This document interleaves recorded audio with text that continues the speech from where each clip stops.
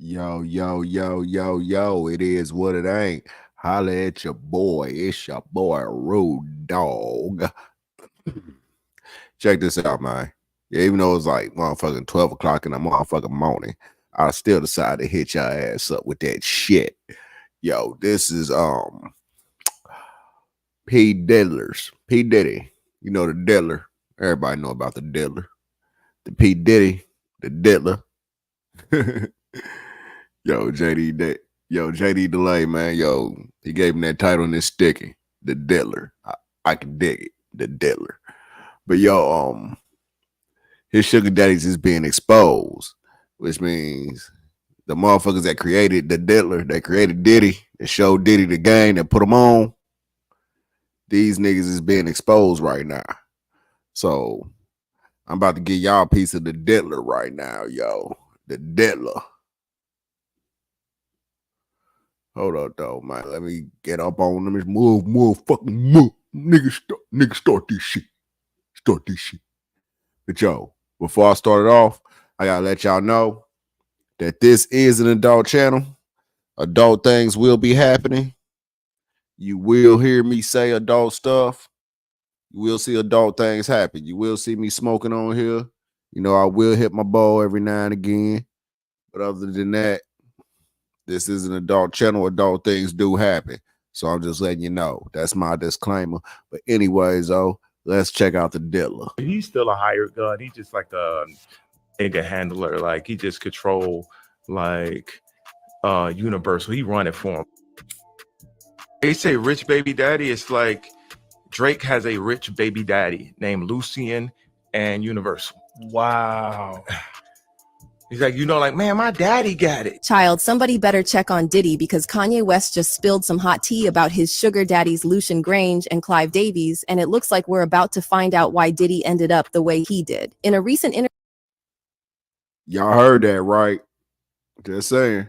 interview with the Download podcast, Kanye exposed some of the most corrupt men in the industry, one of whom is Lucian Grange. If the name rings a bell, it's probably because you've heard it in connection to the Lil Rod lawsuit against Diddy, where it was implied that Lucian Grange and Diddy were lovers. But it turns out Diddy also has other sugar daddies, including none other than his mentor, Clive Davis. Kanye West is now exposing these powerful men for who they really are and how they manipulate the industry and sacrifice young artists for their gain, which sounds very similar to what a lot of these lawsuits have accused Diddy of doing. So, what did Kanye have to say about Lucian Grange and Clive Davies? Are they really Diddy's sugar daddies who taught him how to be the evil billionaire executive he is accused of being? Let's get right into it. Diddy isn't actually my real target. He's a means to an end. Yo, that's that right chick. Hey, man, this chick done started some real shit in this game. She got some dirt and some beef on damn near every single motherfucker that done touched the game.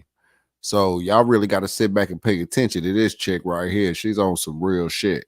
I know who the real target is. Who? Clive Davis. Bingo. If you've been keeping up to date with the Diddy saga these past few weeks, then by now you know about Lil Rod's lawsuit and everything it accuses Diddy of doing. You might also know that Diddy was not the only defendant named in the lawsuit. The lawsuit named other big shot Hollywood executives like Christina Koram, Diddy's chief of staff, Sir Lucian George, Universal Musi Group CEO, and Ethiopia Habte Mariam, former Motown Records CEO, because of how weird it was that Lil Rod named all these people when the lawsuit was supposed to. Now, see, if y'all go back about recent videos, I got all of these cats broke down in a motherfucking chart. These dudes is the baddest. I'm talking about, man. Yo, Clive Davis and this motherfucking dude, Lucian Grange. These motherfuckers done set up a badass fucking team. As far as Diddy and them, this nigga is fucking the devil himself. He's going around smacking motherfuckers, smacking the shit out of Casey. Man, yo, this shit ain't, yo. Bad boy for life. What the fuck ever.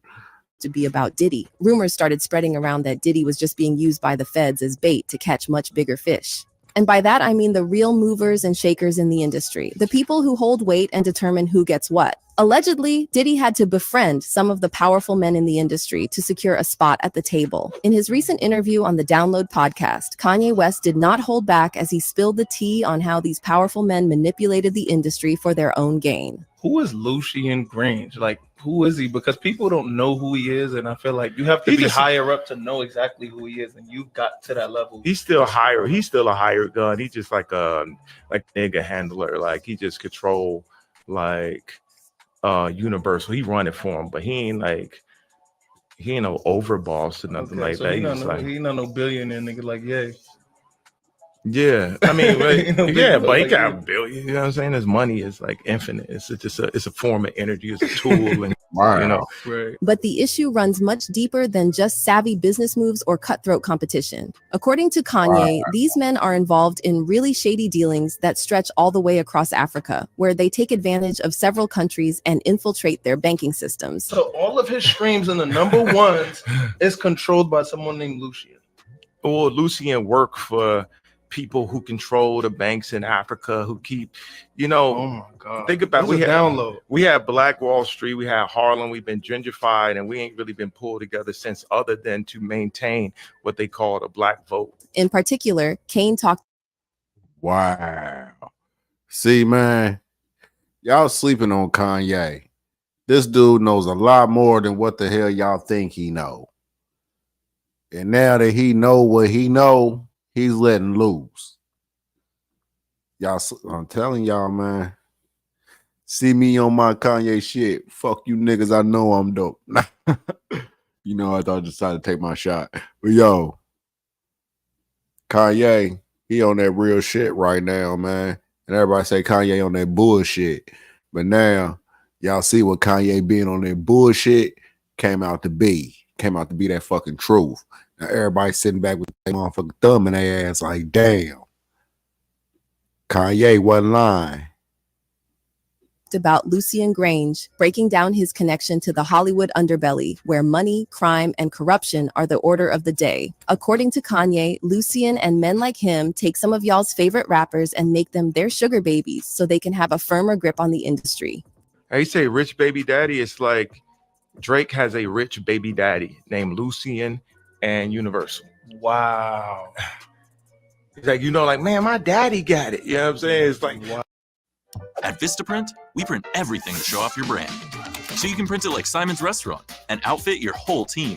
Or you can print it like Vegan Cafe Jaja and give your fans more ways to grab. My daddy controlled the spins. My daddy got the DSPs. My daddy, Drake has a rich baby daddy named Lucian. So all of his streams in the number ones is controlled by someone named Lucian. But who is this Lucian Grange, and why does his name keep popping off in all the wrong places? Well, Lucian Grange is a businessman and record executive who is also the CEO of Universal Music Group. Lucian has actually been the CEO of UMG since 2011. Before that, he had already been an executive in the industry. Now, see, this piece together a lot of shit now. So basically, these motherfuckers that they got at number one that they controlling us with are some really bullshit rappers. These niggas are bullshit. The only motherfucking reason we thinking these niggas are the shit is because of some bullshit like this. This is all a program. Just like television programming. You know how they program motherfuckers to buy them what the hell they want to buy? You know how you basically got every damn thing in your house. Shit like that. I'm just saying, man. Pay attention. Since 1982, when he became the director of RCA Music Publishing. So, this man has seen a ton of things. And more than that, he has done a lot of things because in Hollywood, nobody gets that successful without having dirt under their nails. And if you still can't really connect with who this guy is, then you might remember him from his son Elliot's high-profile wedding with Sophia Richie. But for us to get a better picture of what Lucian has to do with Diddy, we have to revisit Lil Rod's lawsuit. Lucian Grange's name comes up several times in that lawsuit, suggesting that Lucian not only knew about Diddy's alleged freak-off parties, Rico Enterprise, and all the other shenanigans, but also participated in them and helped try to cover them up. The lawsuit reads, Defendant Grange sponsored and attended several Love album listening parties at Mr. Combs' home in Los Angeles, California. These parties were sponsored by defendants MR, LR, and UMG. As evidenced above, these parties had S workers and blank girls present. During these parties, Defendant Grange knew or should have known that Mr. Combs. Now, see, this motherfucker had sex girls and underage girls present at this motherfucker, which means this is shit that they done already set up. Try to tell y'all, man, these niggas been doing this shit from jump. And now motherfuckers are sitting here acting like this is some brand new shit. Man, keep it real and 100, man. Was blanking the attendees through laced bottles of De Leon tequila and Ciroc vodka. As a sponsor of these events, Defendant Grange had a duty and obligations to ensure that S workers and young girls were not present and that Mr. Combs was not spiking the alcohol with Date R drugs. Oh, but it gets even worse. The lawsuit also claimed Diddy and Lucian might have had a very, well, intimate relationship, if you know what I mean. It reads, Mr. Jones recalls seeing Defendant Grange visiting Mr. Combs' home in Miami, Florida, and Los Angeles, California. According to Mr. Jones, whenever Defendant Grange visited Mr. Combs at his home, it would be in the evening, and he and Mr. Combs would disappear for hours in Mr. Combs' bedroom. On top of that, Lil Rod revealed that while living and traveling with Diddy, he discovered that Mr. Combs has hidden cameras in every room of his house. In addition, Mr. Jones believes that Mr. Combs has recordings of defendants like Lucian Charles Grange, Ethiopia Habtemariam, as well as other celebrities, music label executives, politicians, and athletes. Lil Rod then claimed that Lucian and other defendants intentionally paid for, facilitated, perpetrated, and participated in Diddy's S trafficking organization. He described Lucian as one of Diddy's co-conspirators who knowingly benefited from Diddy's alleged criminal enterprise. According to the lawsuit, Lucian and other defendants provided vast sums of cash, which made Diddy's criminal venture possible. Interestingly, Lil Rod also recalled seeing Lucian in Ethiopia Habtemariam at Chalice Recording Studios, where Diddy was actively engaging in freak-off parties. Not only that, but they also allegedly unlawfully increased their profits by luring and deceiving producers, musicians, writers, creators, and artists like Lil Rod to transport drugs, firearms, solicit minions, exotic dancers, S workers, and to utilize their talents and labor to produce music and other tangible goods and services without compensation. So in other words, he just found a group of motherfuckers that he can go out there and pimp the shit out of these motherfuckers and take their shit. Diddy. Girl, Lil Rod really went in on Diddy, Lucian Grange, and the rest of their gang, and if even a fraction of these things are true, then these guys are really in trouble. But when it comes to industry, happy endings rarely ever happen. Immediately after these accusations went public, Lucian Grange denied any involvement in the matter, and his lawyers slammed Lil Rod and his attorney for bringing up false allegations against Lucian and UMG. On April 12th, Lucian's lawyers filed a motion for Lucian to be dismissed from the case, claiming all of the claims against Grange, Motown, UMG recordings in the second amended complaint are lacking in any legally cognizable basis. According to court documents, the lawyers claimed that Lil Rod was just making a fuss over a $50,000 payment dispute between him and Diddy. They also claimed that contrary to the lawsuit, Lucian Grange didn't have any duty to stop Diddy from doing whatever he was doing in his home with his own money. Plaintiff and his counsel, Blackburn, have blown up a $50,000 claim for underpayment for production services into criminal accusations against Sean Combs and his associates. Not content to pursue Combs alone, without any factual or legal basis, plaintiff and his counsel Blackburn have also improperly accused Grange, UMG Recordings, and Motown, collectively the UMG defendants, of furthering, participating in, and helping to conceal the alleged conduct of Combs and his associates based on a knowingly false general business partnership allegation, coupled with the fabrication. So basically then, these motherfuckers sit back and literally supply this nigga with any damn thing that this dude possibly wants and desires to make this shit happen. Man, this motherfucker needs to be stopped. He needs to be stopped. of a non-existent duty to supervise and control how Combs spent his own money. However, there have long been rumors that some industry executives profit off harmful stereotypes about rappers and Black people, and they deliberately promote gun violence and profit off rappers' deaths. Cat Williams said as much in a recent interview where he said, "These rappers have more value to their record labels dead than alive, and every time a rapper dies, some executive profits from it through life insurance policies." All of these situations, it's only the artist that's losing. Somebody makes big money. When these rappers get killed, not incidental. Somebody made $100 million and now don't have to talk to that artist or none of their crew, don't have to validate none of their contracts. Now only got to deal with the mama, only got to see her once a year, and it's over. And the money goes up and up and up. So they killed this $20 million guy, but they reached $60 million in benefits. Wow. And they had some people from your city do it. Wow. Well, in Kanye's recent interview, he confirmed that Lucian Grange is one of the music executives who profit off these harmful tropes and violence in the music industry. However, there's a reason why you never see these music executives making the headlines every day, despite being the ones controlling things behind the scenes. And according to Kanye, the reason is that these men have sugar babies like Drake and Diddy, who do all their dirty work for them. Been pulled together since, other than to maintain what they call the Black vote, which you don't have an opinion in that vote. And then they get all these celebrities, they go on TV like, we got a problem with his political opinion. He's out of control. He's bipolar. He's anti-Semite. He's whatever they want to call somebody to try to get people to not listen or have, take away the influence. See, there's a chain of command. See, just like he said, take away the influence. These motherfuckers is really controlling shit with the music. This is why we got a lot of bullshit artists just getting deals out of fucking nowhere. And people like Diddy are somewhere in the middle. Above him, you have the likes of Lucian Grange and Clive Davis, and under him, you have the likes of Young Miami and Stevie J. This brings us to Clive Davis, who came out as bi in his 2013 memoir, The Soundtrack of My Life. In a later interview, Clive revealed that he had been on the DL since he was married to his second wife, which was sometime between 1965 and 1985. Interestingly, he also revealed that he had secretly dated several men in the industry throughout the years, despite being on the DL. But after my second marriage failed, because I had been 100% heterosexual up until that point, that I opened myself up after the failure of my second marriage, having read something about bisexuality.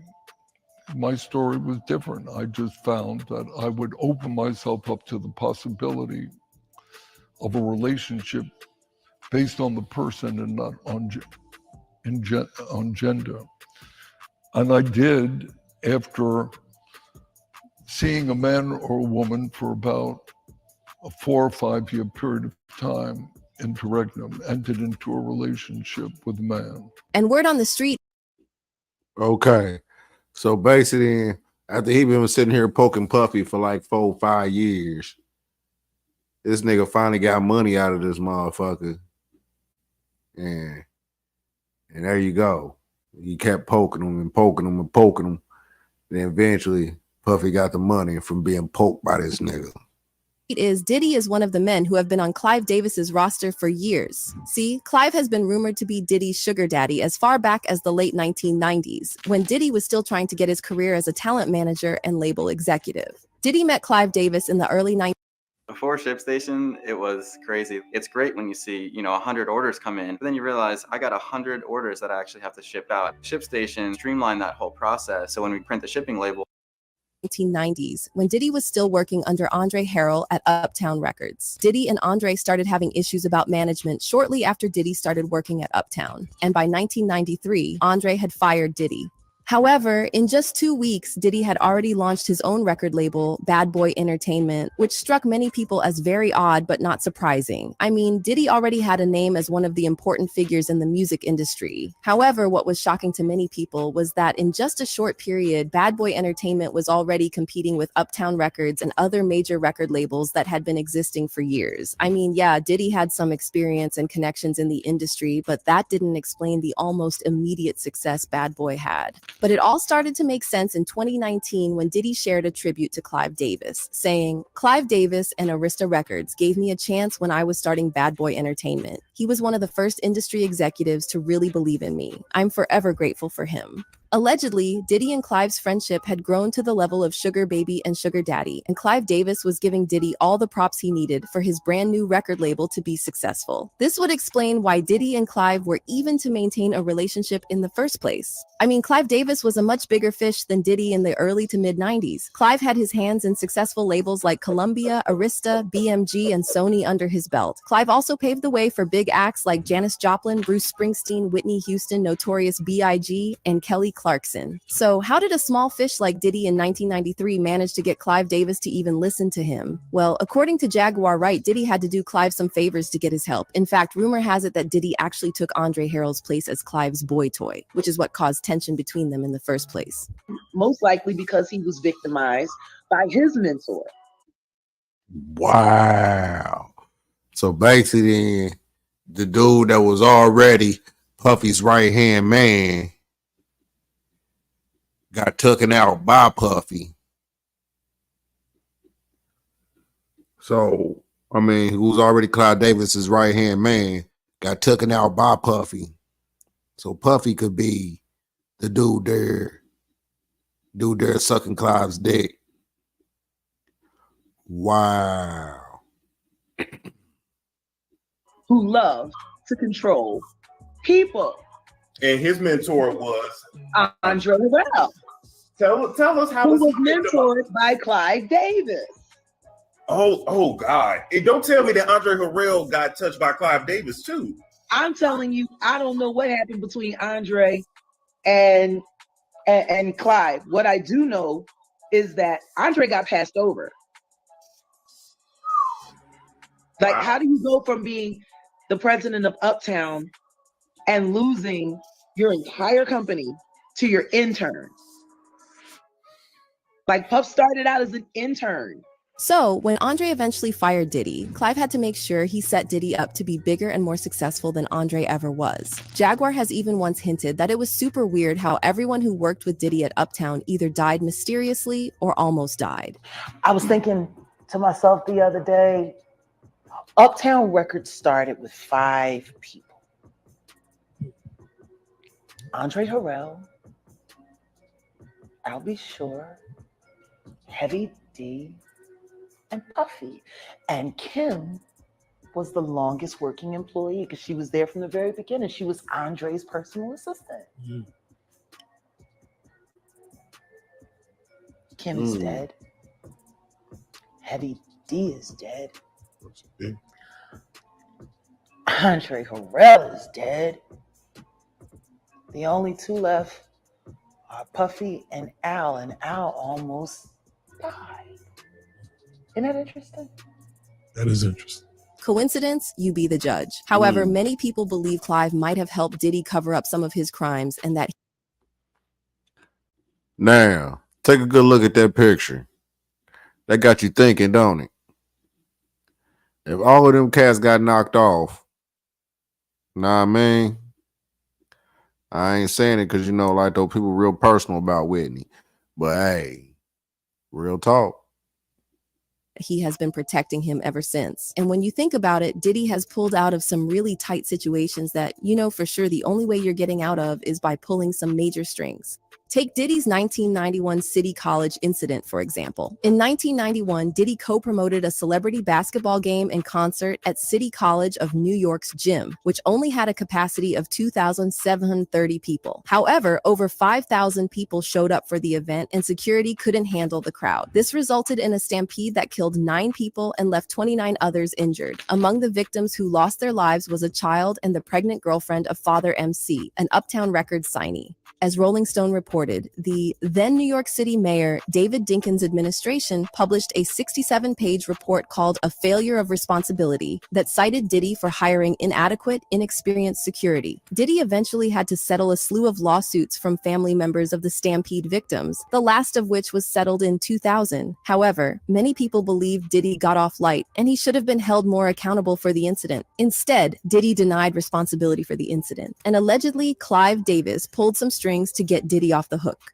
Then there's the infamous 1999 club shooting, which happened at a club in Times Square, Manhattan, New York, where Diddy and other bad boy artists were celebrating the release of the debut album of Shine, Diddy's protege. As Diddy was leaving the club, he accidentally ran into another customer inside the club named Scar. Scar pushed Diddy, and this resulted in a fight. One of the guys with Scar threw a stack of money at Diddy, and Diddy whipped out a firearm and started firing shots. The incident left 3 people injured, one of whom, a woman called Natanya Rubin, claimed one of the shots Diddy fired hit her in the face. There's no doubt in my mind who shot. You have said since really right after the shooting that it was P-Diddy who shot you. I was standing by the front door. I watched the entire thing out. I had no reason to believe that it would escalate to a shooting. It was just male machismo and bravado at first. A lot of pushing and shoving, raised voices, even on hands. But then I saw them reach in their waist and draw from their hip. And I knew. I instantly turned to my friends and told them, be careful. Watch out. But what's crazy is that Diddy never actually got held responsible for the incident, despite getting arrested after police found the weapon he fired in the club inside the trunk of his car. According to Diddy's former bodyguard, Gene Deal, Diddy got people to give false evidence to the police, which implicated Shine, the same protege Diddy had been at the club to celebrate. People was coming to Bad Boy Security, Paul and other people, and said that they were there. So they were giving them the DA's and the lawyer's card and tell them to go make a statement. And some of those people who were making statements, they was making statements against Sean. Yo, bro, listen to me. Y'all heard it from me, but Sean said it himself in his interview. You supposed to be my brother, and you got people testifying against me? Those people were testifying, they were brought to Puff first, saying that what they saw against Shine, what they saw Shine do. The DA didn't even know those people existed. So it's not surprising that the feds have decided to reopen the case, even though Shine eventually took the fall for the incident and spent almost 10 years in jail before being released. At the time, people felt there had to be someone pushing weight to make Diddy escape justice for his part in the club shooting. And the biggest suspect was, again, none other than Clive Davis. See, over the decades, Clive has managed to amass a lifetime of connections and wealth that have sort of made him a puppet master in the industry. So if his alleged sugar baby Diddy needs a few favors every once in a while, what's the harm? The only caveat is that Diddy has to be down with anything Clive wants him to do, which allegedly often includes rituals. Now, between Lucian Grange, Diddy, and Clive Davis, there are enough Illuminati accusations to fill up an entire court document. And many industry insiders have talked about the kind of sick rituals done by powerful men in the industry. We all know about one of Kanye's infamous rants, where he talked about how the Illuminati controls many of the top celebrities in the industry. But that's how they try to categorize. They can't control it. You get what I'm saying? They can control Shaq. They can control Charles Barkley. They can control LeBron James. They can control Jay-Z and Beyonce. But not you, man. But they can't control me. You see, it ain't no name I won't name. It's up. Not you. You know what I'm saying? And just for Minister Farrakhan, I love you. But the way you read that, I took that as a slight. You know what I'm saying? I'm taking no disrespect from nobody. So let's get on the phone. Let's talk that out. I don't care who you are. I ain't taking no slice from nobody, right? I ain't taking no slice from nobody. It's God. That's the only person that I serve. My mom ain't here. My mama was sacrificed. Yeah, true. You understand? Yeah. Michael Jordan, what about him?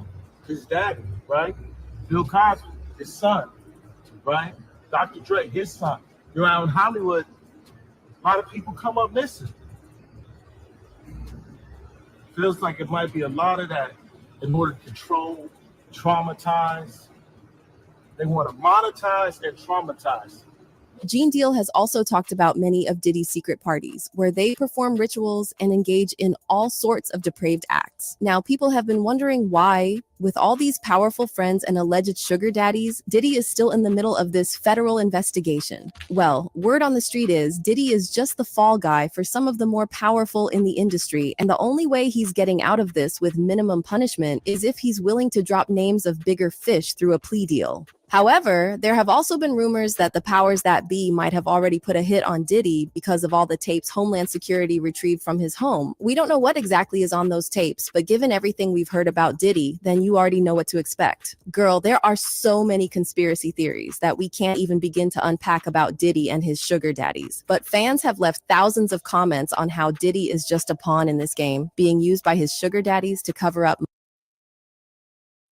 Now, see, Diddy's ass, he really needs to motherfucking get checked for some real shit. I'm sorry it took a minute, but I'm hooked into this shit.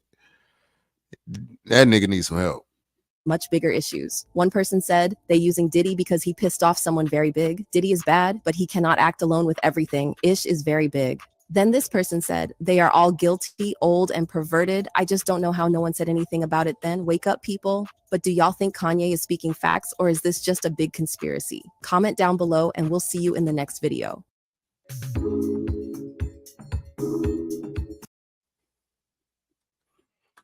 That's what I'm saying. See, this never-ending iceberg with Diddy just don't stop, man. It just don't stop. I'm trying to tell you, man. This shit just don't stop at all. It just keep giving more and more and more and more. I'm trying to tell y'all, man. This shit with Diddy just do not stop. Damn.